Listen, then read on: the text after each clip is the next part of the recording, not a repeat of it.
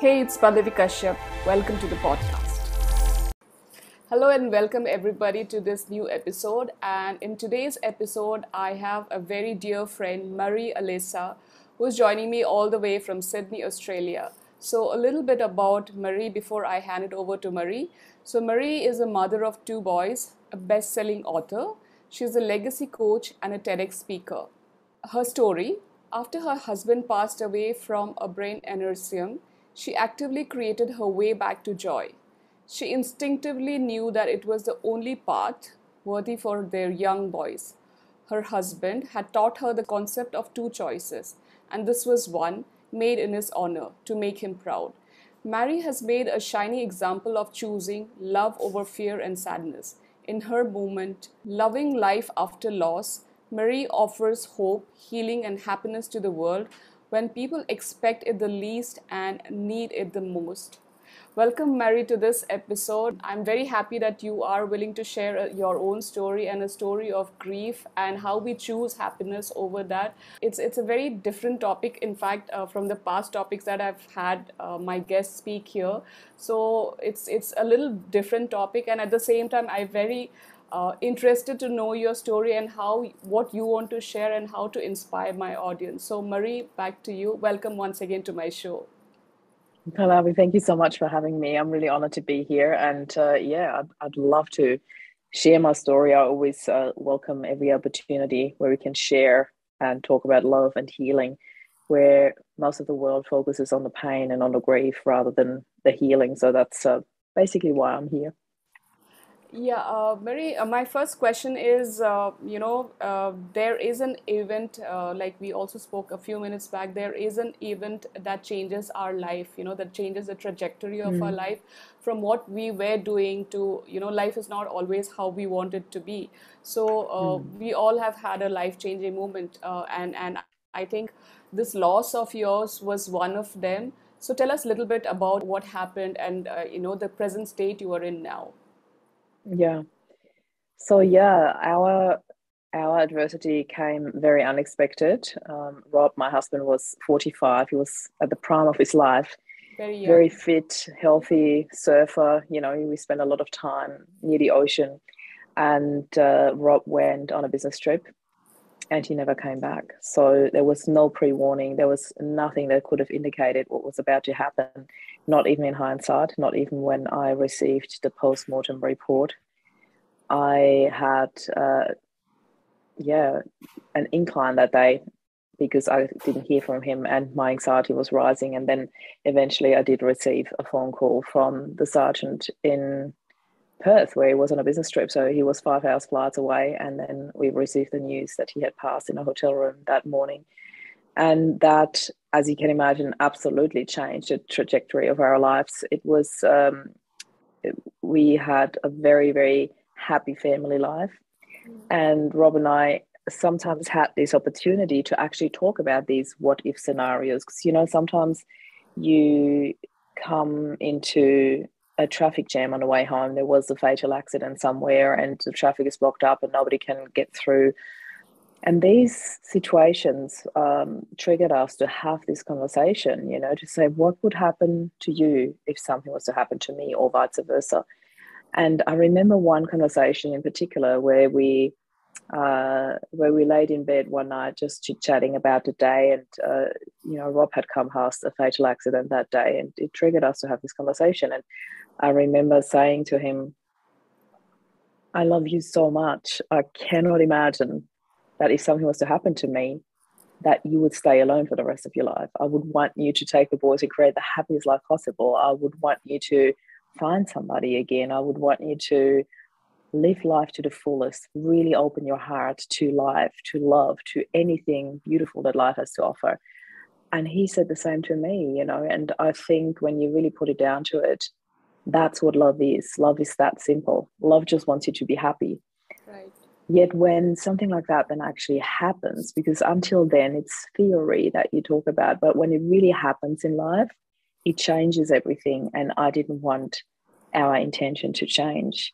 I knew, even though I couldn't flick the switch like that when I received the news, I made the decision that night, laying in bed, with both our boys in my arms and crying, I knew that's what I had to do. I knew that my focus had to be joy and happiness. I wanted to create a happy life for them.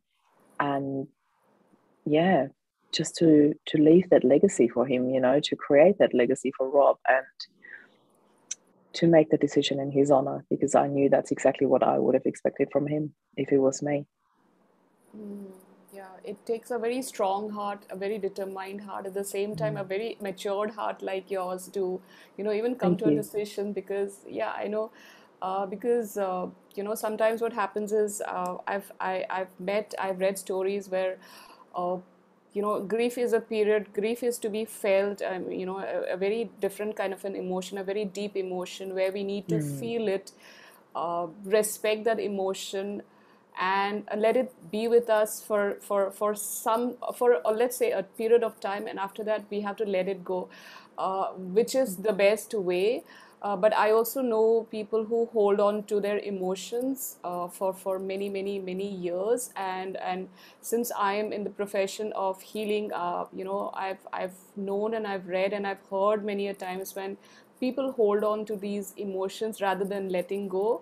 It eventually, if, makes an impact in their physical bodies, through some kind of an ailment, or through some body issues later on, mhm, when they're holding it forever in their life. So mm, for your case, you said, you let it sink in, you had that emotion for a period, but at the same time you also knew that, uh, what next, what do need to do next for the boys, for Rob's happiness, for you to mm, continue life through this. Yeah, you also mentioned working on Rob's legacy, and you also mentioned mhm. in your bio that you are a legacy coach. So I Yeah. wanted to understand, I've heard this legacy coach a bit, so I wanted to understand exactly what a legacy coach is. And also for my audience who's listening, maybe I'm Mm, asking this on their behalf as well. yeah. I'm glad that you asked, because so many times people ask me, what is it that you actually do? And it took me a while to actually put into words what it is that I do, because I didn't think about what I did. I just acted based on instinct. Like everything that I have created, every healing journey, every program, every retreat was based on my background in mindset coaching, combined with my experience that I personally had, of first, um, my dad passed when I was 20, and then my husband died when I was 45. When we were 45, we were roughly the same age. And that these were two very, very different experiences. Yet in both cases, it was important to me to leave a love legacy for these people that I loved so dearly and that loved me so dearly. I wanted to create something that would make them proud. I wanted to work on the legacy that they are leaving behind. I wanted to help that. I wanted to create that. And the love legacy that I have created for Rob is the movement that is now called Loving Life After Loss. And that's why I decided, because people in our society always want a title. They want labels, they want titles. And that is not coming from a negative point. It is just that this is how we work as a society. We need labels, we need names, we need things. And that's why we create so many things in the space of grief, because we are searching for something that we cannot name. And in the same token, when I thought about how do I actually explain what I do, I thought that's exactly what I create. I help people that have experienced grief to turn that into a legacy. Because as you said, it's not about holding on to the pain. I don't want anybody to hold on to an emotion that is hurtful. It doesn't matter what emotion that is, whether that is grief or sadness or disappointment or fear, anything that is a negative emotion. I don't want people to have to hold on to that. But what I want people to understand is that they can coexist. So, contrary to what most people believe, you are going through this period and then you move forward. It's not like it works. Grief is not linear. There is no time frame to it. There is I made the decision to focus on happiness very early in our journey. In the first couple of moments, actually, of Rob's passing, I knew that's where I had to turn. But could I live it instantly? No, of course not. But there had to be a decision to actually choose something that you want rather than what you don't want. Did that mean that I wasn't sad anymore? No, of course not. But I did create something where both could coexist, where I had waves of grief coming in and where I had my tears coming out, and I laughed and I smiled and I sang and I chose happiness. It's not a but or if or either or, it's an and. And that is what I find so important. What society doesn't teach us. Society wants linear processes. They want step by step. First you do that, and then you do that. First you grieve, then you move on. It doesn't work like that. And there's also another myth I want to bust while we're on that topic. Grief will stay with you forever. That's only true if you choose that to be true. I certainly did not choose that. And I know that grief is not staying with me forever because it's not here anymore. I have worked through my grief. And yes, I still have moments where sadness comes and visits, and I sit with it and I allow it in, and I still choose happiness. That doesn't mean that I will be grieving forever, but Rob will be in my life forever. He'll have his legacy in my life forever. I see him through my boys. I see him in so many things that we have created in our home, in our lives. There's always that and experience that I want people to understand. And it's not an either or but or first then that. Yeah. Hope that makes sense. I love the way you explained with the and. It's not if or but or Yeah. it's very beautifully explained because I've never, to be very honest, I've never heard of this kind of a definition or this kind of an explanation, and which is why I love speaking to guests like you, who bring in a varied perspective and make us understand. And at the same time, I also during the initial times I also mentioned that when you're holding on to grief and you're not releasing it, it's when it kind of harms your body because it doesn't Yeah, find any I outlet. agree. So Yeah. like your process was you experience it, but then also find reasons to be happy around. So it was very Yeah. beautifully done. Yeah. Uh, Yeah. Thank you. yeah. So I wanted to ask you, like, see, it's, and it also depends from person to person. Like I also said, you seem to be a very strong person. So it also depends from You got person me to, there. yeah, because the way you explained it and you are very calm and composed, so it gives me, it adds up to that. So I was just thinking it depends from person to person. So maybe for you it was like that. So for your clients who come into you, how do you work with them? For somebody who's on the extreme side of Yeah. the Yeah. attachment kinds. Hmm. So how do you I work with? love that you asked me that, Pallavi. It's a very valid and very important question. So thank you for that. Like, I feel that as a society, we are very quick with solutions. And I put that under quotation marks because very often they are not really solutions. They are, as I said, labels, people. And this is another myth I want to bust right here before I get to answer your question. The 7 stages of grief or the 5 stages of grief or however many, everybody's got different numbers for that now because they extended it. And the 5 stages of grief were originally talked about by Dr. Elizabeth Kubler-Ross, who's quite a well-known author in the field of grief. Yet her intention was never for those stages to be for grief. They were for terminally ill people. Yet people still refer to them as stages of grief, although they are not. When you think about it, the anger, the bargaining, the denial, they're all stages for terminally ill people, not for people who are in grief. So rather than trying to give something labels where there are none, or trying to give something names for the lack of having any idea what to actually say or do in that space, I think as a society, we really need to learn to listen. And this is the very first step that I do, because for me, that is, I call it picking people up from where they're at. Because as you said, everyone's journey of grief is just as unique as the person actually experiencing it. So for me, it is important that I know where I pick my clients up from. So for example, the retreat is a perfect example, because I hold the retreat with a very limited number of people. So I can really hold space for the people that are there. And yes, I do have an itinerary. I have, a sort of structure, because people want structure, people need structure, and I need structure to hold space for people so I know where I get them through. And in those 3.5 days, people really go through a 180-degree transformation. But can I take them through that? And can I create that transformation for them if I don't know where I picked them up from? No. And are these tools important that I teach them? Yes, absolutely. Yet, if I don't know where you're coming from, I don't know what tool to reach you. You know, if you're standing there and you're like, it's such a perfect example, you're standing and you want to hang a picture. If I don't know that you want to hang a picture, I don't know that I have to hand you a hammer and a hook. You know, I don't know what you're trying to do. So I need to know what you're trying to do or where you're coming from, what you're doing at that very stage, so I know to hand you the right tools.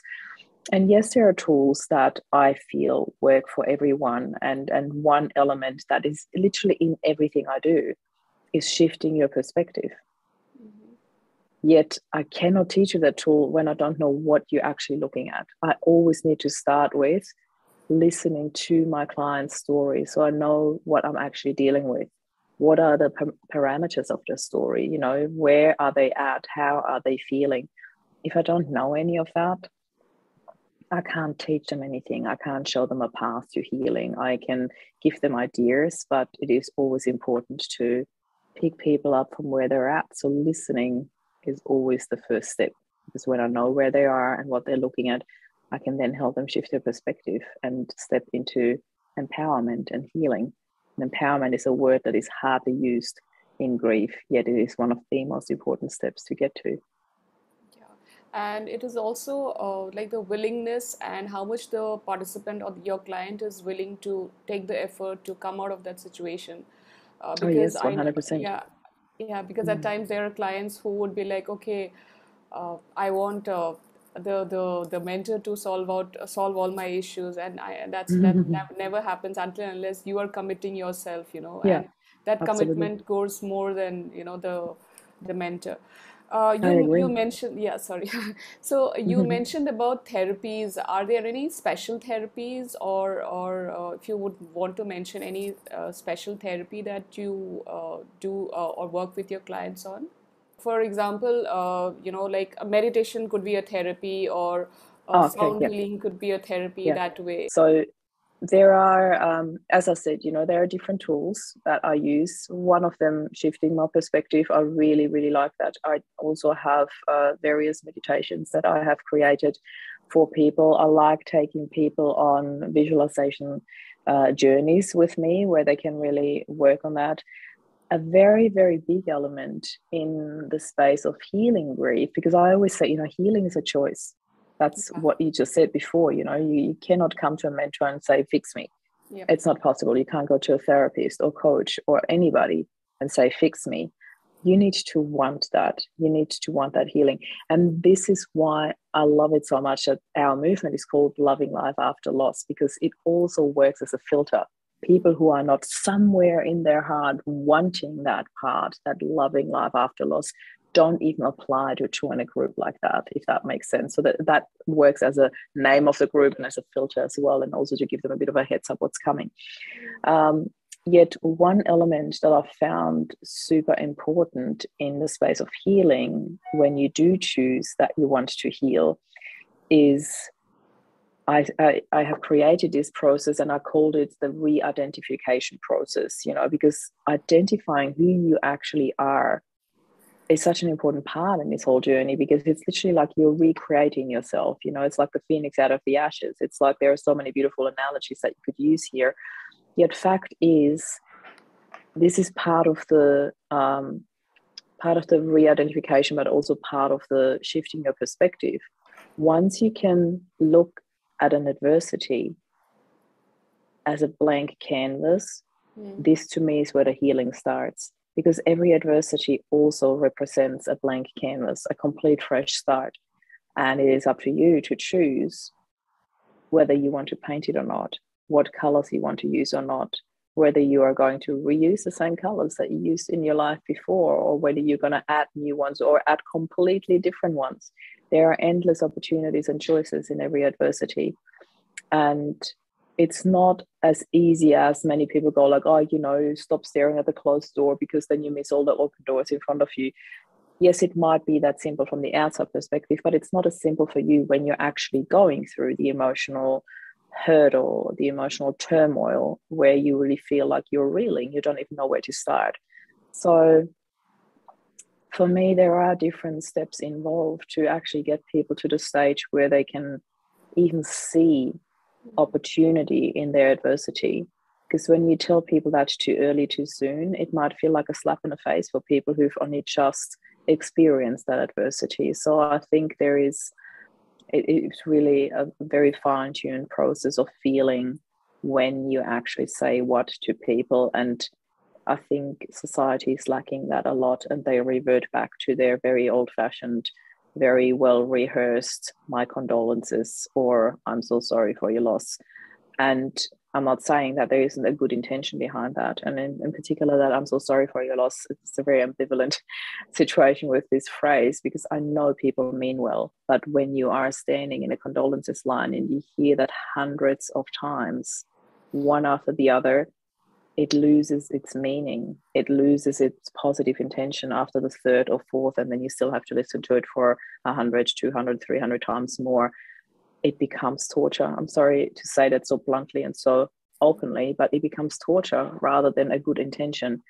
So I believe sometimes it's even easier when you are the person in the condolences line waiting your turn to say something, to actually say what you really feel inside, which might be, "I have no words," or "I'm completely lost for words what to say," or "may I just offer you a hug?" Things like that, like really trust your intuition, listen to your heart, rather than converting back to something that 400 people in front of you in the line might have already said. That's just a little side note. Interesting. And we grow as a person through these incidents, through these kind of life events that we come across. So, If we choose to, yes. so how have you changed as a person compared to when Rob was with you earlier versus you now? Yeah. Just yeah. Strength is the first word that comes to mind. I always knew that I was a fairly strong woman, yet the strength that I feel now and the determination and the direction that I have now is really nothing compared to where I was before. Before I had my coaching business, where I focused on mindset, and I work with a lot of business owners to help them with their personal growth to then achieve business growth, which was very much based on mindset and money story and all the beliefs that people have that hold them back. Yet when you combine it with an experience that we had, where our boys were only 10 and 8 when Rob passed. And again, this is not a competition, because I'm certain there are people listening that might have had younger kids or their husband was younger. Yet what I'm coming to is the choices that you make in this adversity is what really makes you or breaks you afterwards. And we do have the choice. I have spoken to so many moms. I'm going to use one very generic example here where so many people might be able to relate, that come up with phrases like, "Well, I had no other choice. I had to do it for my kids. I had to move on. I had to move forward." And I always look at them and said, "No, you didn't. You chose to." And it is such a tiny little shift, yet it is so important. Talking about shifting your perspective, we have a lot of issues with mental health. We have people that choose suicide because they don't know how to move forward. We have people that just stay stuck in their grief, in their pain. And these are all very real issues that we are dealing with. And when you look at our mental health history, and I don't even want to bind it down to one country, it is worldwide. When you look at mental health issues and the capacity, how we as a society are dealing with it and what we have to offer. A very beautiful person, Jeff Johnson, we connected on LinkedIn, is traveling around the States at the moment with his huge RV with his sons, talking about mental health issues. So there is a lot that we need to do to raise awareness and to offer healing That is the point, you know. And when you look at that, and then you come back and look at your own life, I always challenge the moms to tell me the same thing again. Well, I had to for my kids. No, you didn't have to. There are people who go down a different route. There are people who do go down the really dark path of mental health, of, well, I should actually call it mental unhealthy at that stage, you know, of depression, of suicide, of whatever there is in terms of drug addiction, alcohol addiction. There are so many other avenues, I should say. And not that I want to name them to give them as options. However, there are people who choose those options, unfortunately. So every time when somebody says, well, I had to for my kids, I had no other choice, I challenge them to think again and really honor the choice that they have made. They have made a choice to get out of bed. They have made a choice to get up for their kids and to move forward. And that we often don't see when we are stuck in the pain. But when somebody from the outside comes and goes like, hey, just honor the choice that you have made. You made that choice. You're amazing. You've done that. Even if you don't feel amazing right now, but you have made an amazing choice. That's when they start to shift. That's when they start to realize, oh, wow, yeah, maybe I'm a bit more powerful than I gave myself credit for. And we need to own that. We need to own that and honor that and own the whole decision-making process. Often people say, I didn't choose this life. Well, on a spiritual level, I think we do, but that's a very different conversation. But even if you see that from a human point of view and say, I haven't chosen this, you can still choose how you respond to it. And healing is a choice and happiness is a choice. So I'm here to help people choose that, if that makes sense. Yeah, I loved your bit on perspective and how we choose, and Yeah. it it starts from choosing the right thoughts, talking the Mm. right things, just the Mm. right choice of words. Because a Yeah. small, I'm doing it because I have to do versus I choose to do it because it so much makes a difference. So very Yeah. well said. Yeah, the Thank choice you. is ours and how we work on it is ours. You very briefly mentioned the spiritual side of it, and I'm very Mm-hmm. interested in the spiritual Of part. course you So would be. yeah, so I wanted to also understand, the Mm. spiritual understanding, or what your understanding has been of this Yeah. event, that you had to go through. So Yeah. yeah. Yeah, thank you for asking because this is something, as I said, I understand that everyone's beliefs are different and religious backgrounds are different, spiritual backgrounds are different. I was very lucky that Rob and I had a lot of conversations about our spiritual background, and we also challenged each other in our faith and um, learned a lot and moved a lot together through all these questions and talking about things openly. And one thing that became quite clear to me over the course of probably the first few months of working through the adversity was I had this epiphany of this is all part of our story. This was our soul contract.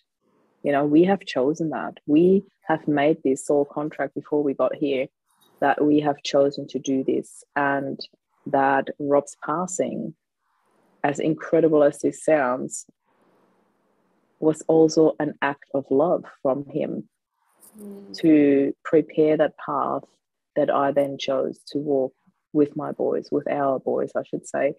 And that is as much in a nutshell as I can answer that question. I very much believe in soul contracts, and I very much believe in there is a huge, huge purpose behind all of that. And that really put me at ease. And I really love that I can see that now. And it feels very beautiful. And I'm very grateful for the many gifts that I have received through his adversity.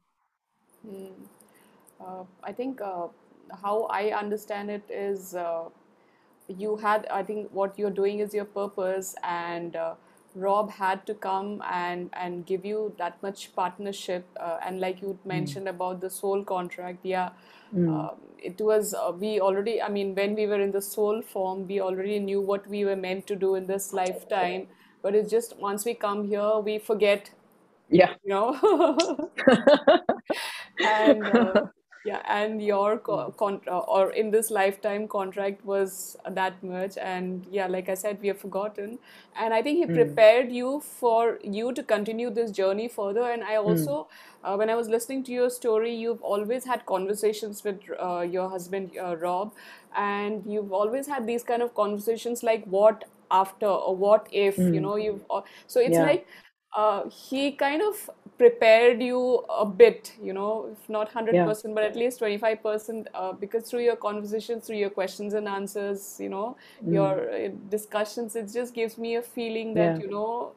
I mean, we all do also this kind of conversations, but we never know. But your conversation, since it's a real life, your story, Mm. so it kind of prepared you. And when he is not there, I will.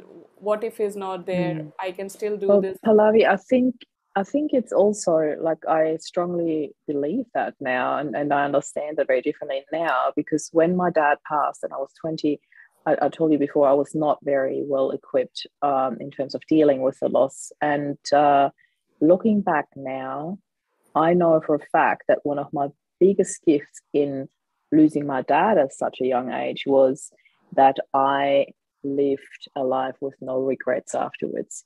I said everything I had to say to everyone who wanted or didn't want to hear it.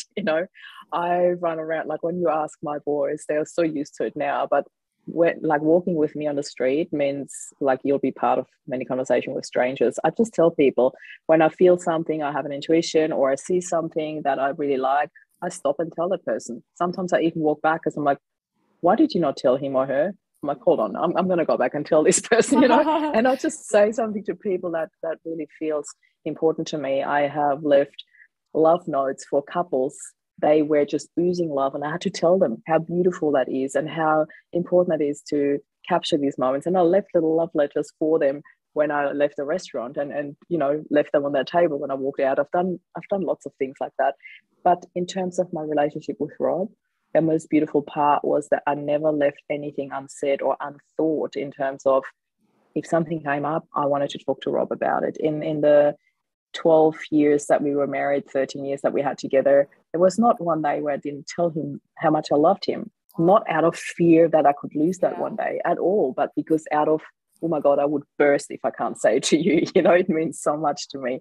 And I was lucky enough that he was the same. So I think that was a gift in my dad's passing that I decided I won't ever let that happen. When the day comes that I need to part with people, I want them to know what they mean to me. And Rob certainly knew. I had no regrets. There's always the, oh, I wish I had more years, no questions asked, but I had no regrets of the relationship that we had here. And I am 100% certain that he knows what I felt for him. There's no doubt in my mind. So that's the beautiful part of it all. Yeah, it's very beautiful.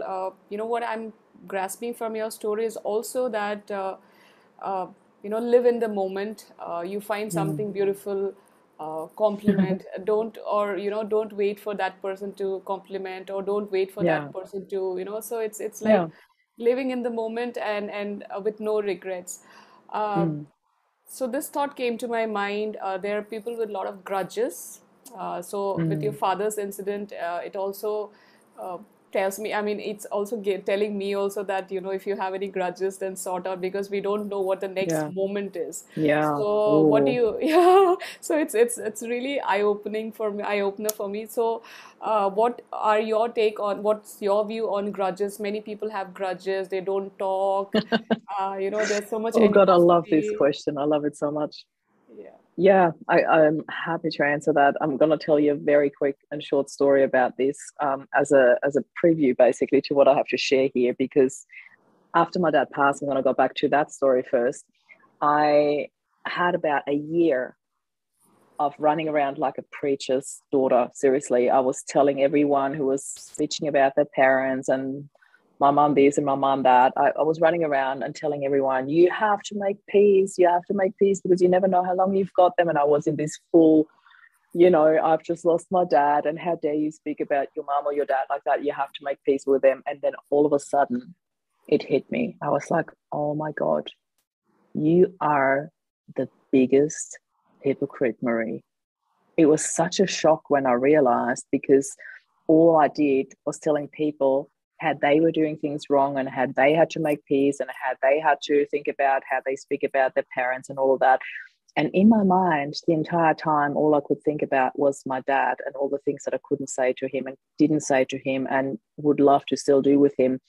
And then all of a sudden, I had to turn around and face my own message and swallow my own medicine. And I realized, ooh, I have not ever mended the relationship with my mom. That was huge. That was such a huge learning curve for me, and a slap in the face at the same time, because, you know, for a whole year I'm running around preaching to everyone, and then I realized I've been preaching, but I haven't applied it to myself. And it took me a very long time. We're talking like almost 30 years before I healed the relationship with my mom, and I finally have. So there is a happy ending to that. Woo! I love my mom, and like I always did, but I really had a very complicated relationship with her after my dad passed. So it took a lot of layers to work through for us, and for me in particular. And luckily we both have. So that's a quick pre-story that I wanted to tell.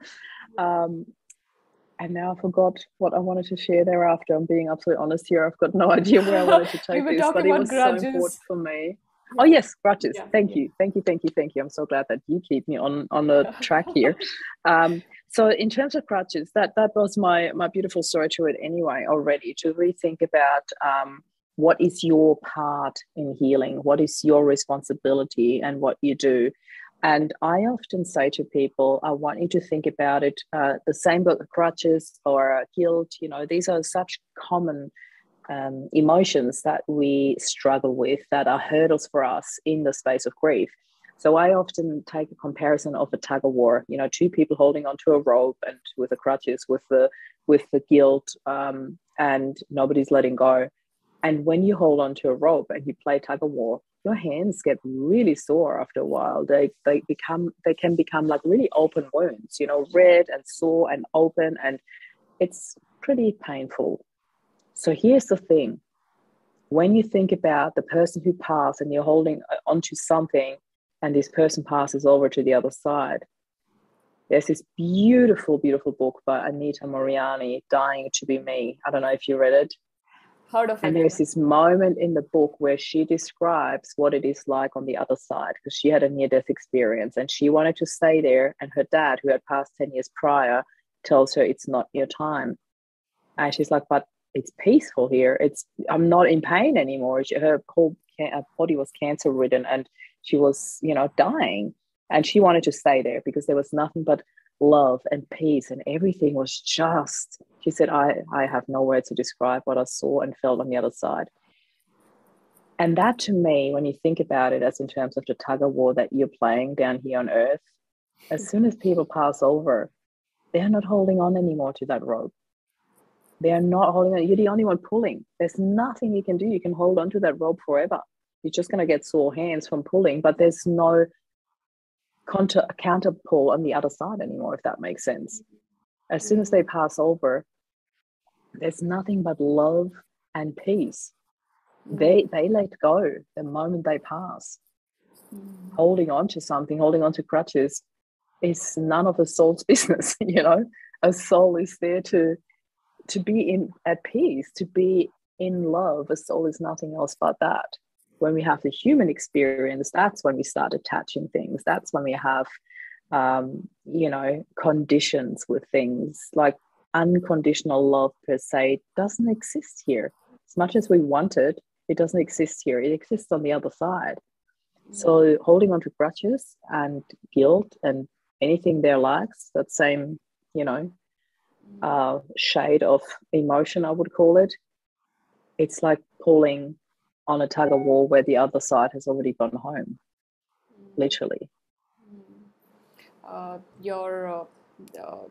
This conversation just reminds me about how important it is for us to live our life also. You know, we should have a lifestyle which will, like you talked about, non-attachment, and we are holding on to not just relationships, but material things. Your iPhone is stolen, you get so, you go through, Yeah. yeah. So it's not just, so it is so much of attachments. And yeah, Yeah. I also read an article by Harvard, recently by Harvard, and it mentions that, before, I mean, I think when we die, those last 13 seconds, I think you get a flash of all your entire life's incidents, and they're like relayed to you, and that's when people regret about, what I could have done better, or Yeah. versus, and spiritually it is said that, whatever you do in this lifetime, good, bad, everything is calculated during, when you're passing over, and Yeah. that is becoming the basis for your next incarnation. So we're collecting soul points here. So yeah, for us, it's yeah, that connects me to, so you choose whether you want to be Mm. living a beautiful life, or you Yeah. want to be a nasty human being and doing all, Mm. just troubling others. So it's, Yeah. again, everything is boils down to our choices. Hmm. Beautiful points. Um, this point I wanted to also ask was about, so what do you think, like you did mention initially, that there are so many things that needs to change, as from a society's point of Mm. view, like how we Yeah. grieve, or Mm. how, even let's say a mental condition is treated, or given Mm. the importance. So what do you Yeah. think necessarily needs to change? It all starts with the way we think and all of it, but from Yeah. your point of view, what are the things that needs to change? Let's say just 5 things that needs to change. Ooh. Only five? Okay. Um, Okay, you have the well, whole no, list. I'm going to start with the really, really basic ones. I believe what needs to change, number one thing, I've already mentioned that before, is really listening to people. Because if we don't really listen to people, we don't know where we pick them up from. We need to know where we pick people up from so we know how we can actually help them, and that is um, so often we listen to people with the intention to answer, to respond, rather than understand. And that needs to change because often I can listen to somebody's story and already have all, okay, I'm going to give her that tool, that tool, that tool, that tool. I don't need that because I know my tools anyway. I know what I can offer them. So I don't have to think about, oh, I'll give her that, I'll give her that, or I book her for the retreat, or I do this. I need to know where people are at. I want to know what is actually going through their mind. And very often by listening to people, you hear between the lines, or sometimes even very bluntly and obvious, what the hurdles are that they are putting in their own way, what they're holding on to, why and how they are not allowing healing in. So there is this stigma that we have created as a society around grief. And I'm talking about, for example, being a widow. The word widow already comes with such a label because when you look at the root of the word, the meaning of the word actually mean, I can't remember the exact translation now, but I actually looked it up for the TEDx talk I did. I did a TEDx talk on redefining our image of a widow. And I start off with the translation, what it actually means, sorry, not the translation, but the origin of the word, from the word widow, which means something like cut off by the root. And it means something about being alone and your life's basically over. Very, very loosely translated, but you can look it up. The meaning of the word widow, it's really interesting when you look that up. And for me, I understand, coming back to that, what we shared before, I understand that we as a society, we need names to name something. We need names for communication. We need labels to understand. Yet when we allow ourselves to get away from these labels, I mean, when you look at me, I don't see a typical widow like society would expect it to. At my age, that I'm falling apart, my life is over, I can't ever talk to a male person in my life again. I don't believe in any of that because life is for the living. Life is, your choice. And I want a happy life. I want love. I want happy. I want all of that. And I know it's possible. So the listening part and the stepping away from labels is a really, really big starting point. But then also, I'm going back to Jeff Johnson, who I mentioned before, who's doing the whole mental health awareness. He said something really beautiful when I interviewed him for my podcast. He said, addiction is the opposite of connection. And I thought, wow, this is so simple and so brilliant, and it really is true. That's where it all starts. You know, addiction has usually got a starting point in somewhere: loss of connection to your friends, connection to the outside world, connection to the people who truly mean well for you. And that is something we need to rebuild. In a society, we are so connected through Facebook, social media, and all that, but the true connections fall away. It is a connection with who we want to be or be seen as or be portrayed as. The successful coach running the global movement. I'm literally putting it out there, like, in a really, it's beautiful to be that and to hold space and to have that movement for people. Yet I do have a different side to me as well. I do have a falling apart and crying, and even though that doesn't happen anymore these days as much, I still have my moments. And I'm not saying that to say, oh, see, I'm grieving anyway. That's not why I'm saying this. But we all have different paths to ourselves. We don't just have the happy and successful and perfect part on the outside. We all have different moments. We all wake up with a bad hair day one day, or makeup down here, or whatever, just putting it out there. And that's probably not what we want to have as a selfie, as our Facebook profile or LinkedIn profile. There are certain ways how we portray ourselves and how we would like to be seen. But where we need to be seen the most is in our rawness. And I'm not even saying weakness, in our rawness, in where we really feel the most and want to be seen and want to be held. Because it's easy to hug someone when we're all happy. But it's not as easy to hold space for someone when they're actually really raw and really need that. So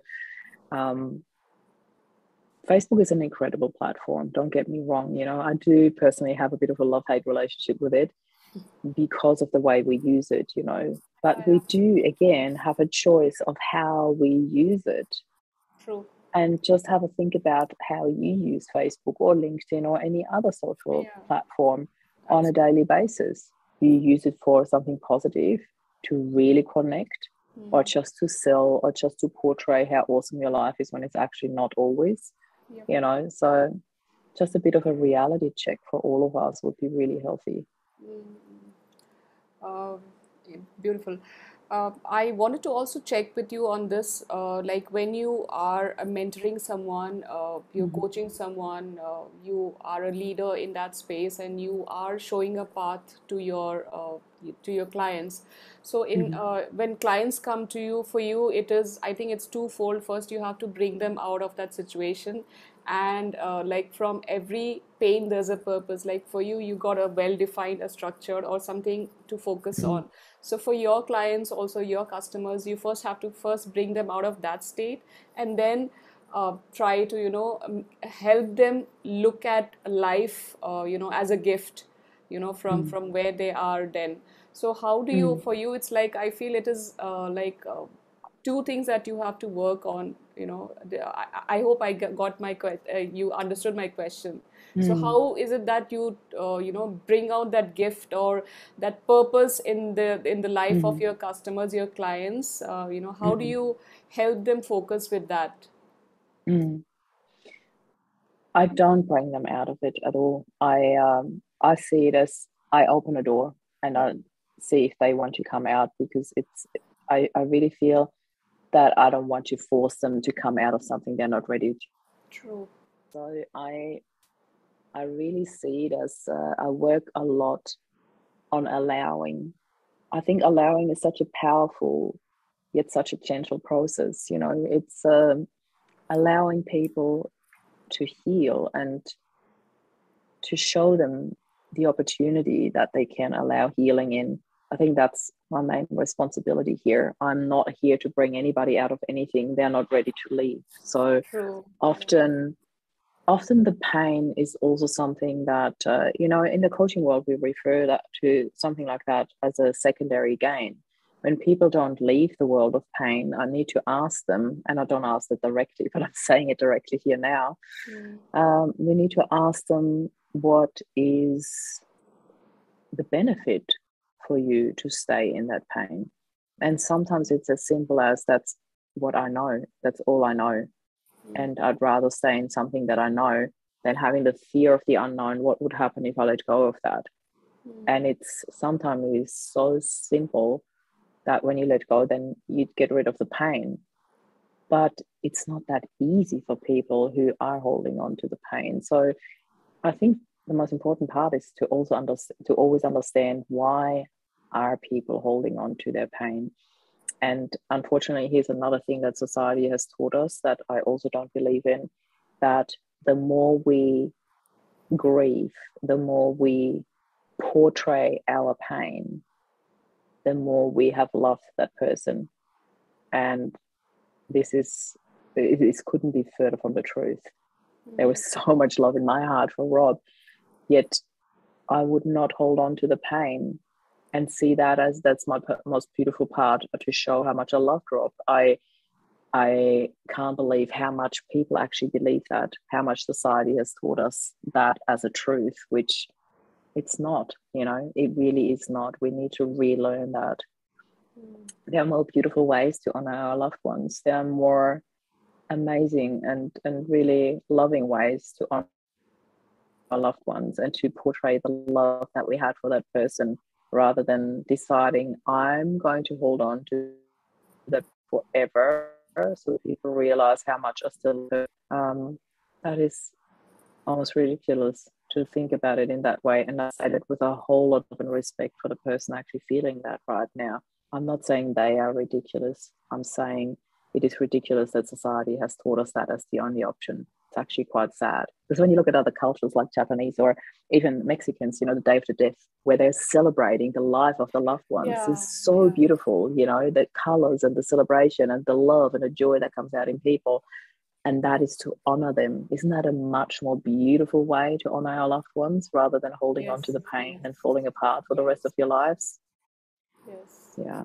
Which is very beautifully explained. Even in the city where I live in India, the way the departed soul is, they're celebrated, like how you said, I love it. versus where I'm originally from, during a ceremony like that, there is everybody is crying, and it's like the environment is very different, versus here they're celebrating. So for me also it was very different, like why would they celebrate? But I understand now, that's the Yeah. most beautiful way to let them go.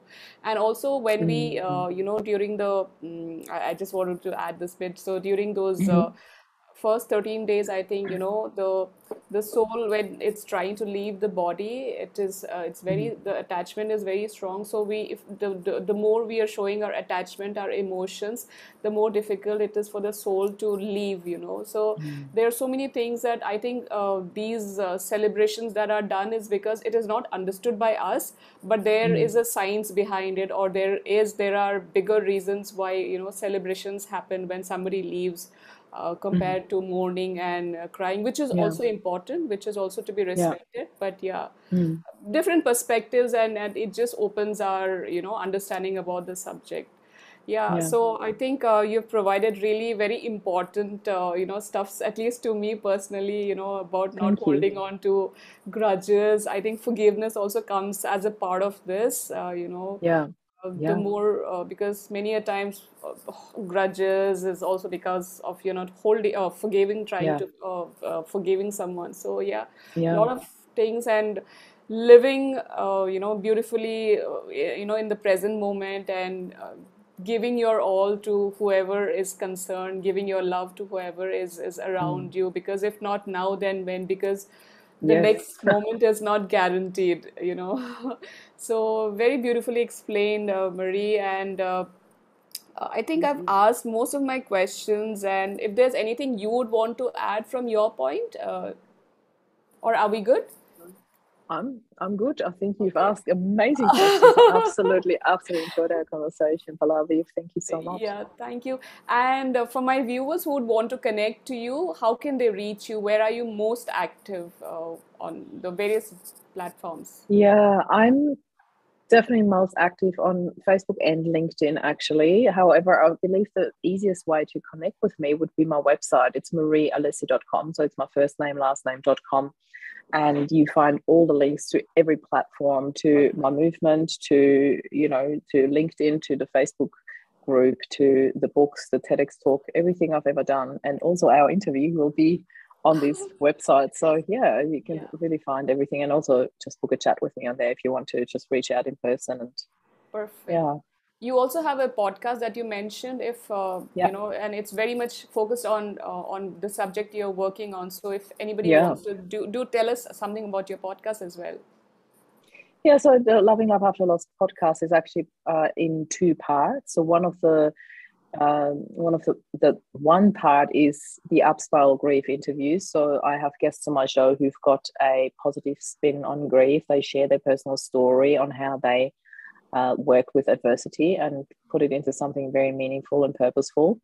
And the other part is my Meaningful Mindset series. I do that every Monday morning. I share a topic, and it's only like 10-15 minutes, but it's always mindset based, and it's always small tools or topics that people deal with on an ongoing basis when it comes to adversity. The latest one I did was what to do with your loved one's belongings.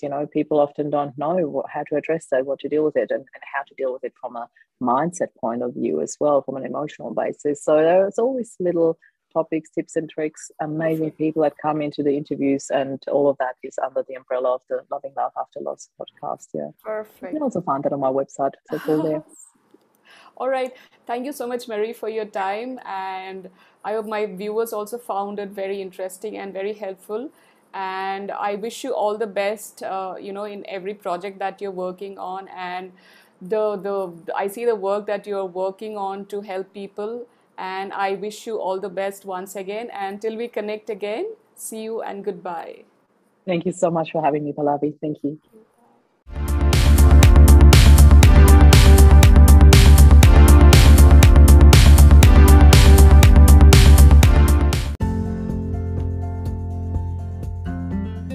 Thank you for listening to this episode. You can subscribe to my podcast from wherever you are listening. Hope you enjoyed and learned something from this episode. And if you did, would love if you take a screenshot of you listening to this podcast and tag me on Instagram. My handle is @Pallavi Kashyap. I will be dropping in the links below in the description. Do check that for more information. Until we meet again, remember to live an energized lifestyle, because that is the way to enjoy life fully.